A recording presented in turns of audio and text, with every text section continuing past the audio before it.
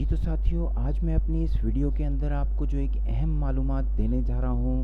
وہ محکمہ موسمیات کی پیشن گوئی کے اعتبار سے ہے۔ ہر سال ہر مسلمان کے ذہن میں یہ ہوتا ہے کہ اس بار 29 روزے ہوں گے یا 30، اور عید ہم 29 کے بعد منائیں گے یا 30 کے بعد۔ تو ساتھیوں، میں آپ کو بتاتا چلوں کہ اس بار محکمہ موسمیات نے شوال کے چاند کے اعتبار سے ایک اہم اعلان کیا ہے۔ محکمہ موسمیات کے جاری کردہ بیان کے مطابق شوال کے چاند کی پیدائش 12 مئی کو پاکستانی وقت کے مطابق رات 12:01 پہ ہوگی۔ بیان میں مزید بتایا گیا ہے کہ 12 مئی کو ملک کے بیشتر حصوں میں مطلع صاف ہوگا۔ واضح رہے کہ پاکستان میں رمضان المبارک کا آغاز 14 اپریل بروز بدھ کو ہوا تھا۔ 13 اپریل کو رویت ہلال کمیٹی کا پاکستان میں پہلی مرتبہ اجلاس پشاور میں ہوا تھا، جس کے بعد چیئرمین مولانا عبدالخبیر آزاد نے اعلان کیا ہے کہ پاکستان کے مختلف شہروں میں رمضان المبارک کا چاند نظر آ گیا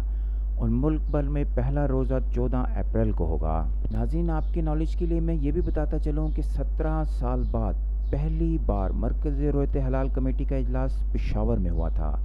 مگر اس میں مفتی شہاب الدین پوپلزئی نے دعوت کے باوجود شرکت نہیں کی تھی۔ تاہم انہوں نے بھی مسجد قاسم علی خان میں اجلاس کے بعد 14 اپریل کو رمضان المبارک کے آغاز کا اعلان کیا تھا۔ ساتھیوں، آپ کو بتاتا چلوں کہ سعودی عرب سمیت خلیجی ممالک میں رمضان کا آغاز 13 اپریل کو ہوا تھا اور ممکنہ طور پر وہاں عید الفطر 13 مئی کو ہی ہوگی۔ یہاں یہ بات مد نظر رہے کہ پاکستان میں رمضان المبارک اور عید الفطر کے چاند کے معاملے پر تقریباً ہر سال تنازعات سامنے آتے رہتے ہیں،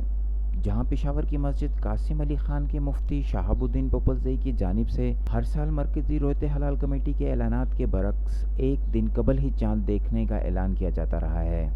لیکن امید کی جا رہی ہے کہ اس بار پاکستان میں ایک ہی دن عید منائی جائے گی، کیونکہ محکمہ موسمیات نے شوال کا چاند 12 مئی بروز بدھ کو نظر آنے کا امکان نہ ہونے کے برابر قرار دیا ہے۔ بیان میں مزید بتایا گیا ہے کہ 12 مئی کو ملک کے بیشتر حصوں میں مطلع صاف ہوگا، یعنی اس بار 29 کے بجائے 30 روزہ کا امکان زیادہ ہے، اور عید الفطر 14 مئی بروز جمعے کو ہو سکتی ہے۔ تاہم اس کا فیصلہ رویت ہلال کمیٹی کے اجلاس میں ہوگا جو 12 مئی کو کیا جائے گا۔ ناظرین، اس طرح کی مزید ویڈیوز کو دیکھنے کے لیے آپ ہمارے چینل کو سبسکرائب کرنا اور لائک کرنا اور شیئر کرنا مت بھولیے گا۔